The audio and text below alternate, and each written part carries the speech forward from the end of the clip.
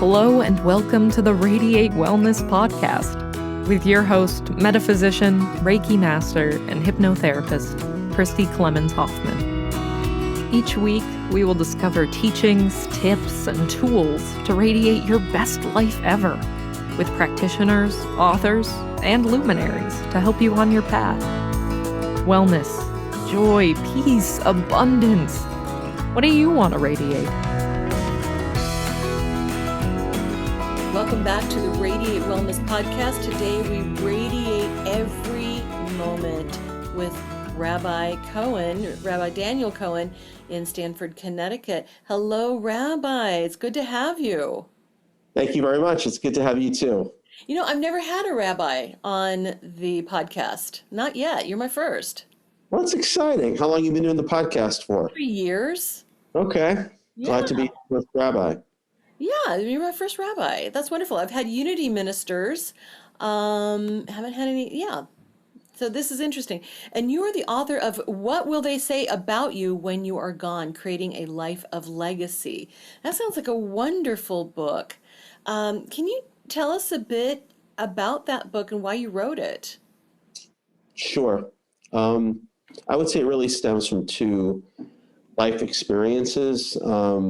One is when I was in my early 20s, my mom passed away from a brain aneurysm when she was 44 years old. Oh my gosh. And, you know, in that moment, I certainly appreciated the value of the gift of life. In one instant, somebody could be with us, and in another instant, they're no longer there. And my mom always lived with a great sense of appreciation of the value of every day. You'd ask her how she was doing. She'd say, no matter what was going on, thank God, fantastic, always a great sense of mission.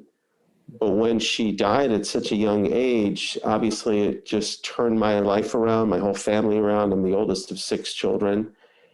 And it awakened for me, you know, a greater sense of making the most of every day. And then when I got to the same age as my mom, when she died, I took a harder look at my own life. And I asked myself, am I doing the most with the life that God has given me to maximize my potential and help make the world a better place? And what I found is, and this is really the premise of the book, is that we all have these moments that are inner awakening. Somebody can experience a tragedy in the family. Somebody could be sick. And for 24 hours, maybe we're focused on being more intentional about living. And then we go back to life as usual until the next awakening takes place. But that's not the way life is meant to be led. And what I help people do is I help identify for them what is the best version of themselves. How do they want to be remembered? And then I take them on a journey of 7 principles to reverse engineer their lives so they lead the lives now for how they want to be remembered. And it was my personal experience with my mom, but also as a rabbi, you know, with people where somebody will say, Rabbi, pray for me, I'm going into the hospital. Or in a moment of some event in their life, they're really focused, and then they just go back to old habits. And we're really missing out in so much in life when we're not tapped into the highest frequency of living. And the goal of the book is to help people live life at the highest frequency possible. Right. So you mentioned 7 things that can help us establish. How did you get these 7 things? Where did they come from?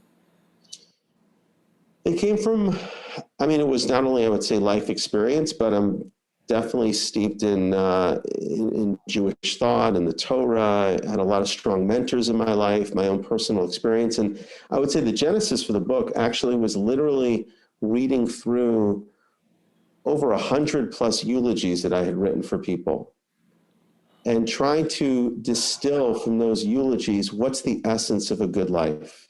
Sure. And when I sit down with a family, which I have the privilege of doing and preparing for a funeral, and I say to them, tell me something about your mother and your father. It's very haunting and inspiring as to what are the memories that really essentially create a life of legacy. So studying those eulogies actually opened up for me a portal into a window of not just remembering about somebody, But how do we, again, deconstruct that so that we, with the health that we have, can lead a life that is more mindful, intentional, and eternal? I love that. Can you share those 7 things with us? Sure. I Wait mean, for the book. read the book, read the book. Yeah, read the book. I mean, I would say, I'll give you some examples. I mean, the first thing that's important that I start with in the book is this notion of developing your prototype. What is the kind of life you want to lead? And I ask people, and I do this in seminars, and or it's in the book actually as a toolbox. If there are 5 words that you want to be remembered by, what would they be? And even that question, I'll give you an example. I mean, I did this, obviously, I've done it many times. And somebody in a group said, well, I want to be remembered as a father, as a spouse, as a friend. And then he said, I forgot to write down that I'm a brother and I have a sister. And he said, I realize now, just through this exercise, that I need to invest more in that relationship, because that relationship is really important to me. And I remember somebody told me about my mom, actually, and they said that my mom was known as a stranger to no one. Those were her 5 words, a stranger to no one. It means that no matter who the person was, whether they came into her life for 5 minutes or for years, she really tried to reveal the divine in every human being. Yeah. And when you can identify what kind of life do you want to lead, then we can begin to think about how do we get there. Like something else, for example, I'll ask people, if you have 24 hours to live, what would you do and why? Like what in essence is what's most important to us? Because we are so distracted, not only by our cell phones and the news, but we're bombarded by so much information that actually doesn't really reflect the essence of what makes us tick. What's the essence of our soul? So I help people unpack that inside of themselves through these questions. One other one I'll just throw out there is there's a wonderful book by Alan Patton where a soul confronts God at the end of their life. And God turns to the soul and says, where are your wounds? And the soul turns to God and says, I have none. And God turns to the soul and says, well, was there anything in this world worth fighting for? What have we done in this world that's worth going outside our comfort zone for? Answering questions like that makes us realize, what are we fighting for? What are we living for? And when we can identify that and articulate that, that becomes the first step in thinking about, how we actually don't only think about those things at the end of life, but how do we actually remain mindful of those on a regular basis? And there are then 7 principles that I hope inspire people to keep that prototype front and center each and every day. I'll pause. I didn't even tell you the 7 steps yet, but what are you thinking, my friend? Well, I'm thinking I probably need to review my life. I'm just thinking that I probably need to go back and, heal some of the boneheaded things that I've done in my life. We've all done boneheaded things. And no, I think this sounds wonderful. So when you talk about, and I do want to hear the 7 principles, but when you talk about the legacy, what do you mean by that? What I mean by that is, let's say, for example, a person really, at the end of the day, you talk about what's written on a monument. Somebody wants to be known as somebody who had a good name, a good reputation, somebody who was filled with authenticity. I want to be known as somebody who anticipated acts of kindness, who didn't wait to be asked to do something, but I'm looking for opportunities to make a difference. I want to be known as somebody whose word is gold, who you knew you could count on. Now, those appellations are the product of so many choices that we make every day. And that's a person's legacy. Yeah. I personally want to be known that I'm an individual who one of the things I always want to try to bring light into a world of darkness. Yeah. I want to find a way to lift somebody up, even if it's just for the briefest of moments, to help give that person a greater sense of confidence in themselves and in their ability to make a difference in the world. So those are really powerful legacies, because a legacy is not just one act. That's important to recognize. Right. A person's legacy is generated by the small choices that we make every single day. It could be when you come into the house and, nobody wants to be remembered as the person that, my father and mother could never get away from work. They're always in the house, but they're looking at their phone during dinner. That's the worst thing. But it doesn't happen, though, just, at a moment of one awakening. It has to be something that we're living with all the time. And, I think at the end of the day, all of us want to really lead lives that are not just pleasurable, but purposeful. Yeah. We all want to lead lives not of convenience, but of conviction. And we want to be known for leading lives that are soulful lives, not just lives of accumulation or accomplishment, but rather lives of giving and lives of love. And I just try to help people not impose something from outside themselves, but reveal that which is already inside of them. Because every human being has something unique to accomplish in the world that nobody else in the world can accomplish. But we oftentimes don't recognize that unique capacity that we have in our own world to bring a little light into one corner of the universe. That's beautiful. That's beautiful. And so back to these 7 principles. Can you share just a little bit? Doesn't even have to be all 7 of them, but just what are some of the highlights of these 7 principles we could live by? So I would say one of the principles that I talk about is called living inspired, which is very much related to the notion that every day is truly a gift. There's a wonderful story about an Italian man who was in his 90s, and he got COVID, like at the very outset of it about 2 years ago. He was very, very sick, and he was on a ventilator for a number of months. Thank God he recovered. And on his way out of the hospital, he was charged for the ventilator for 1 day. It was about 5,000, whatever the currency is in Italy. And he started to cry as he was leaving the hospital. And the doctor turned to him and said, "Are you crying because you can't afford to pay the bill?" And he said, "I'm not crying because I can't afford to pay the bill. I can pay the bill." He said, I've been breathing God's air for 95 years for free. And now I know how much 1 day's breath is worth. Now I'm going to start crying. And the reality is that, I believe this. When I wake up in the morning, God is literally saying to me, I love you. I care about you. There's something for you to bring into this world, some light that is different than yesterday, different than tomorrow.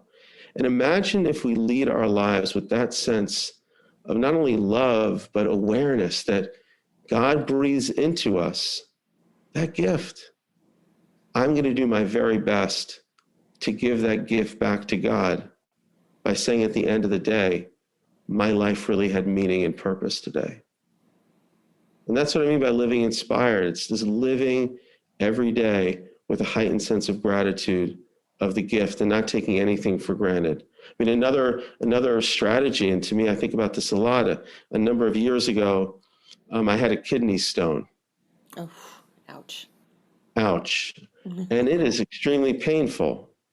Judaism actually tries to guide us to live life with what is called radical amazement. Radical amazement. Rabbi Abraham Joshua Heschel says, you should look it up.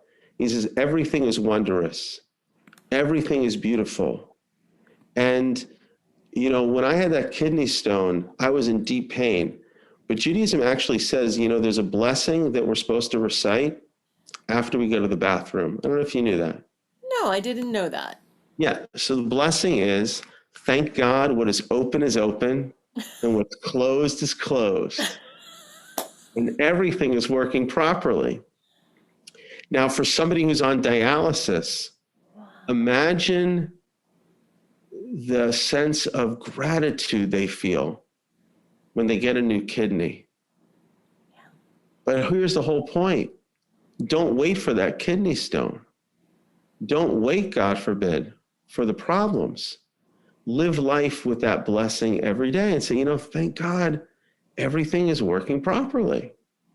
And it gives us a moment to pause and recognize that every day is truly an opportunity to do something really beautiful in the world. Most times people have no recollection of what they do from day to day. Life literally becomes a blur. I don't remember what I did yesterday. I'm just here surviving. But life isn't about survival.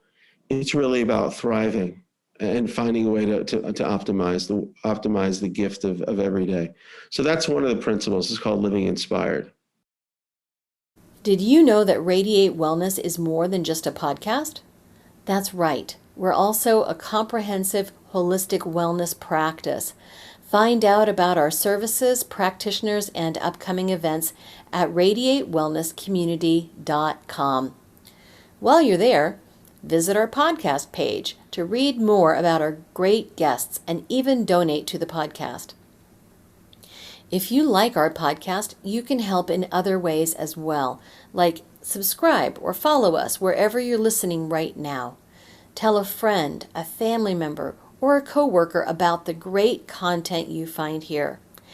And if you wouldn't mind, please give us a thumbs up, a 5-star rating, or a positive review. Sounds like a small thing, but it really helps. You might like to know about our Facebook communities while we're at it. We have a free community, the Radiate Wellness Community, on Facebook for news and great free content. Our subscribers group is Radiate U, as in the letter U, but also, well, you. There you'll find curated replays of past classes, guest interviews, and more. And now, back to our podcast and back to our guest. Well, I just have a question. What happens when we're not feeling inspired? When we feel like overwhelmed or blocked or just like, not inspired? Well, I would say, again, an important point is, and I talk about this a little bit also in the book, which is one of the principles called finding faith. Yeah. Which is a recognition that there are moments in life when things may seem blocked, and we may not experience that which we expect in life. There's a beautiful idea in the book of Psalms, which I use as a great source of inspiration, written by King David, where King David says in the Psalms that God says, I lift you up when you're down. I lift you up when you're down. And the Hebrew word that's used there for down is the same word as door. What that means is because sometimes we could spend most of our life banging on a door that God closed. And we think it's a wall. But God is saying it's not a wall. It's a door. Sometimes the greatest moments of growth happen through struggle. Yeah. And sometimes we waste too much time lamenting the darkness, when in fact God says, all I want you to do is increase the light. And that's why I put you in this dark place. One of the books that gives me a lot of inspiration is Man's Search for Meaning by Viktor Frankl. Yeah. And he talks about, again, it's not a matter of spending our time asking why does something happen, because we don't understand why things happen. But we do have a responsibility to say, okay, well, how can I grow through this experience? How can I find renewed purpose in this experience? When somebody passes away, yes, there is going to be moments of tremendous grief, as there was for me and my family when my mom passed away. But I truly see it as my life mission to instill more light in the world in her memory, and to learn from the way that she led her life to be even more intentional about exponentially increasing her light in the world. And I also find, by the way, that when we're feeling blocked, if we do good, we feel good. Sometimes people wait to feel good and then do good. That's not the way it works. Do the good, and then you'll feel good. Yeah. As one of my mentors said, if you don't feel like giving charity, just put your hand in your pocket and give it anyway, and then God will give you a reason to feel even better about yourself and about the person that you're helping. Right. Well, I don't know if you can see this. So let me adjust my screen. I've got a shadow box with two spoons on the shelf over me. I see. They're from my grandmother's silver collection. There's one spoon that's bigger than the other because it's the serving spoon, because it's a reminder that serving is more important than taking. Oh, I love that.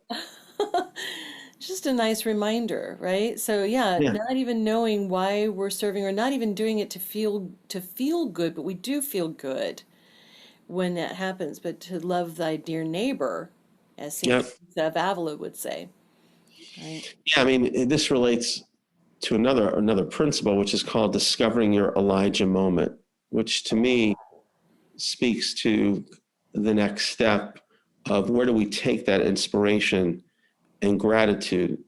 We have to move it into a place of giving. I call it the Elijah moment, based upon a beautiful story.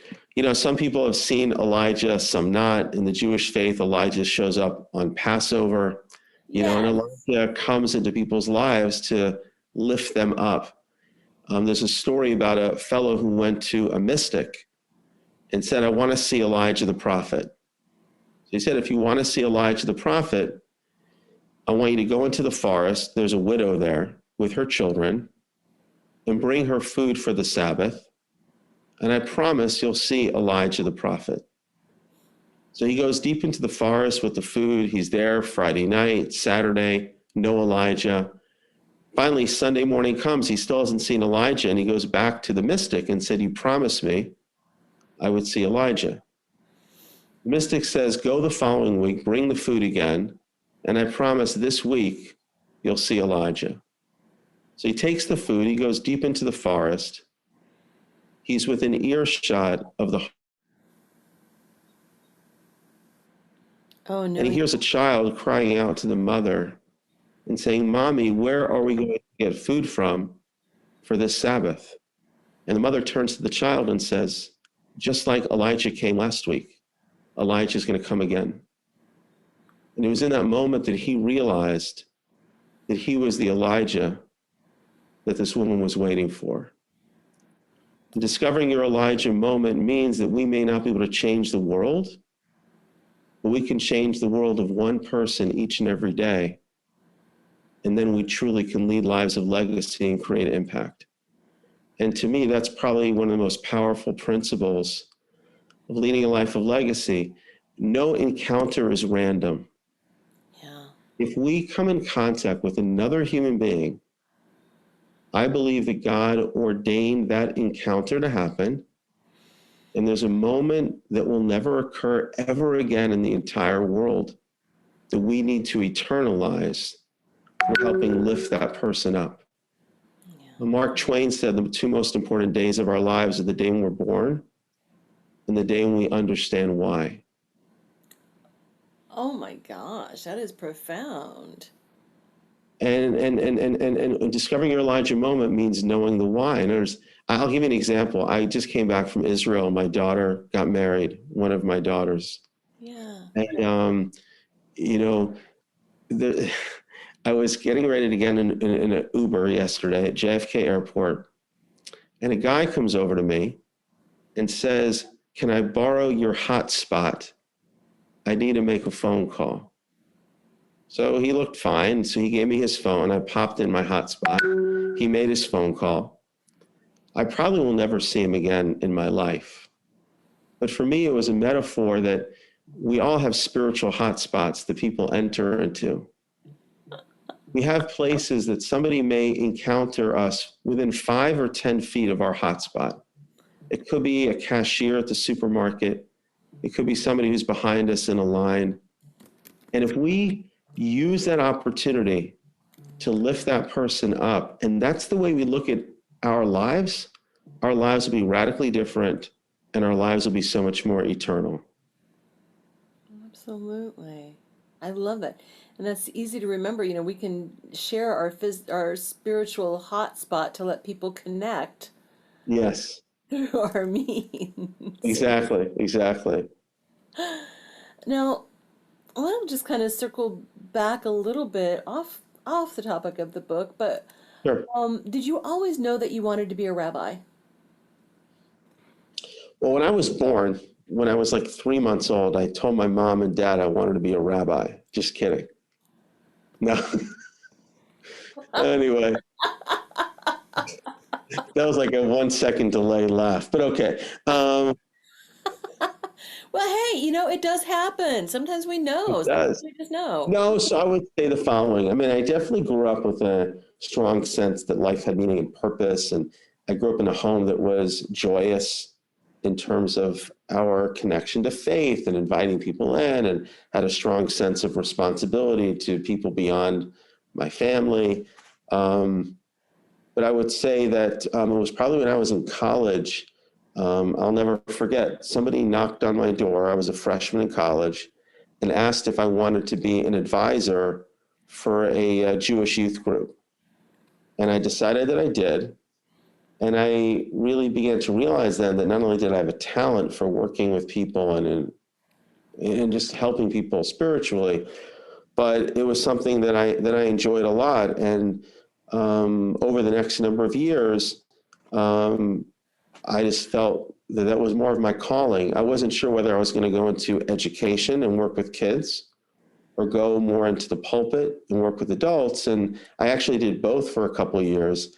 And I just found a lot more life satisfaction in working with adults and really trying to connect people of all backgrounds within the Jewish community. But over time, you know, I see it as my mission very much beyond the Jewish community. I have a radio show with a pastor, and really try to do a lot of work with people of all faiths, because everyone's yearning for meaning and everybody's looking to be inspired, and everybody has something unique to accomplish. And, you know, if there's a way for me to help inspire people to be more energized about the life that they have and fill the world with more kindness, then I feel that's where I need to be. And that's what I try to do all the time. I love that. Now, you mentioned a radio show. What's it called? It's called The Rabbi and the Reverend. I do it. It's on about 7 or 8 stations around the country. It's with a Reverend Greg Dahl, and it's usually on Sunday mornings, but it's also podcasted. You can find it too. We've been doing it for about 6 years right now. You know, I think I've heard of it. Could be. There's a couple of rabbi and reverends out there, but we have a really great relationship. And, you know, we find, even though we're of different faiths, you know, our life mission is very much aligned in terms of what we're trying to support people in. So it's really a great opportunity for us to come together around a unified mission. I think that's wonderful. And bridging that divide, bridging that gap at a time when there's so much division right now. Yeah. Yeah, it's really important. I mean, I think that we live in a world of hyperpolarization and divisiveness, and there is so much more actually that unites us than divides us. I mean, we're all children of God. You know, God doesn't care whether you're Republican or Democrat, whether you watch Fox or CNN, the Wall Street Journal, or the New York Times. You know, the greatest joy for a parent is when their children get along. The greatest disappointment for a parent is when their children fight with each other. And I believe that the greatest joy we can give is when we see the divine in every other human being. We don't look at people for their, you know, race, ethnicity, or faith, but really just try to see the divine within every human being.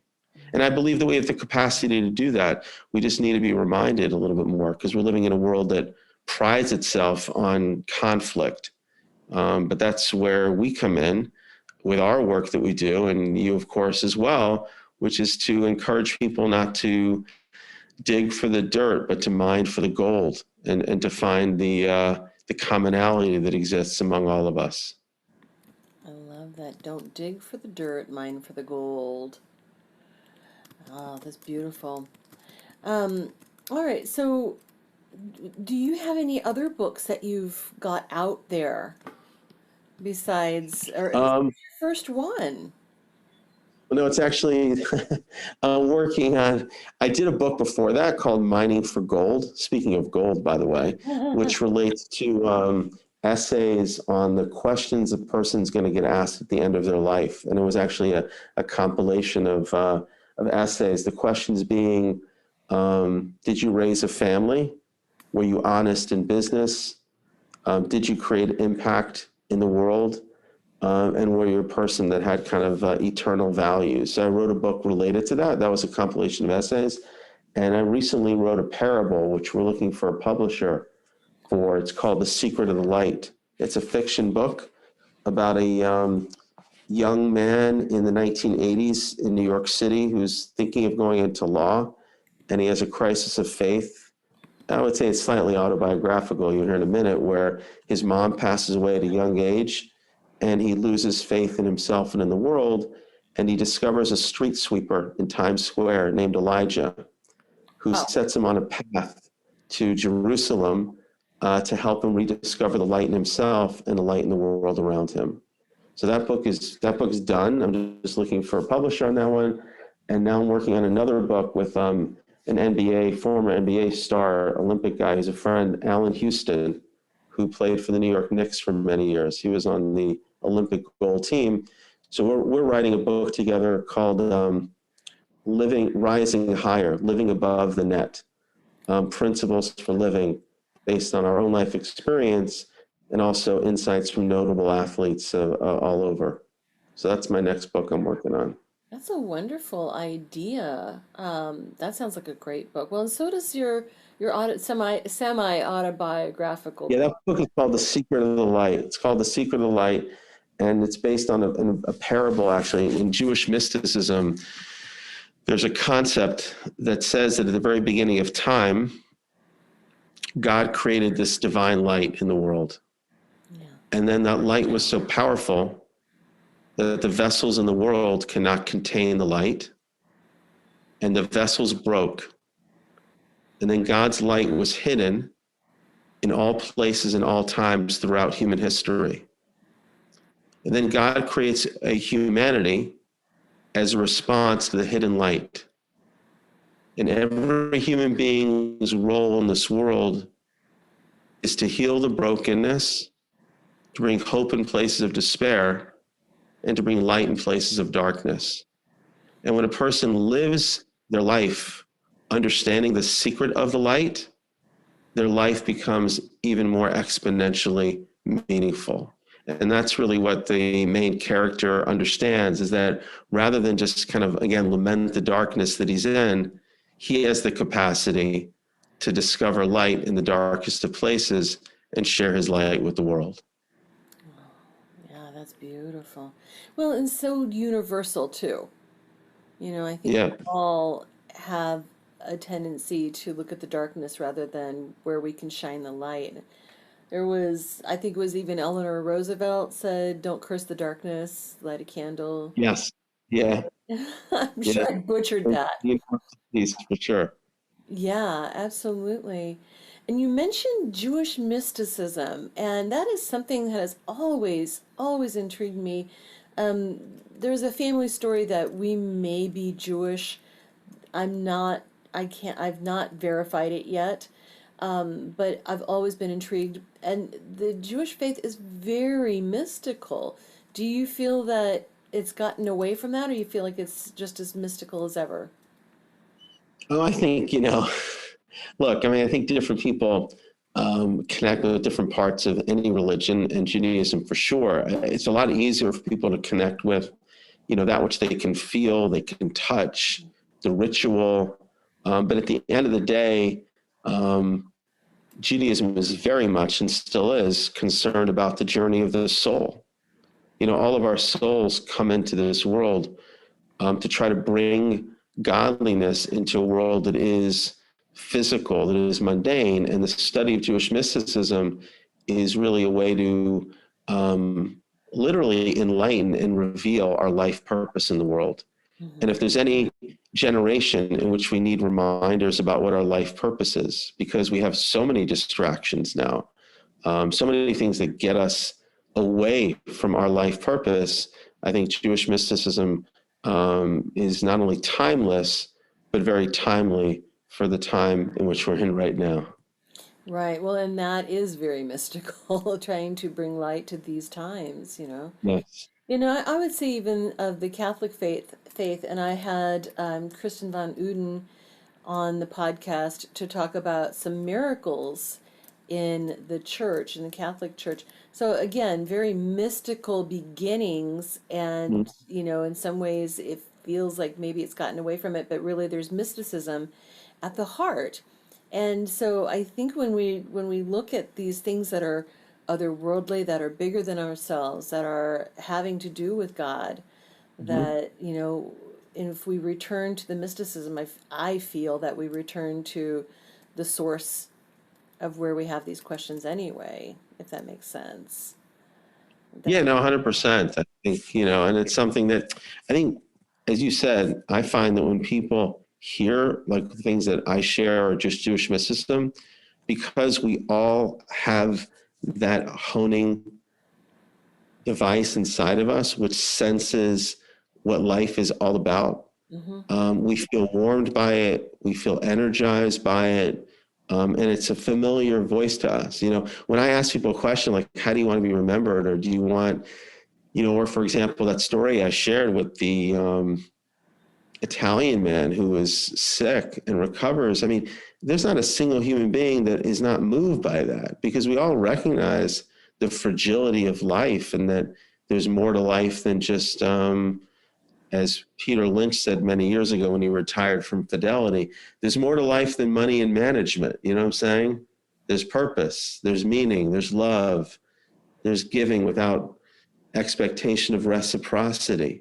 It's just try to make the world a better place as often as you can, and our lives will be exponentially more meaningful. Yeah, I agree. Wow. This has been a very great conversation. It's like touched me many times. Thank you. Very touching. If somebody wanted to connect with you and find out more about like maybe some upcoming workshops or upcoming events, where would they go? So they basically should go to my website, which is www.rabbidanielcohen.com. And they can reach me that way, and we can stay in touch via that website as well. They can send me an email. Oh, that's great. That's great. And then, of course, the name of the podcast and the radio show is The Rabbi and the Reverend. You got it. Yep. Is that available on all the main podcast channels?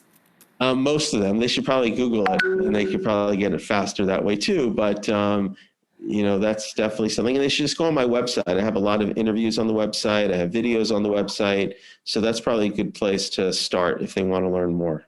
Yeah. Looking at it now, the Rabbi channel, the media room, and you've got some pretty impressive media spots here on your website. That is fantastic. And then also find out about your books. All right. Thank you so much, Rabbi Cohen. It's been a pleasure. The opportunity. Have a great day. You too.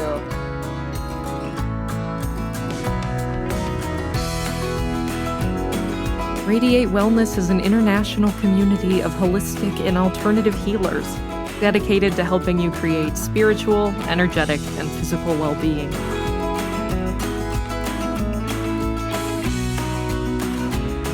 To learn more about our practitioners, services, classes, and events, or to schedule an appointment, visit us at radiatewellnesscommunity.com.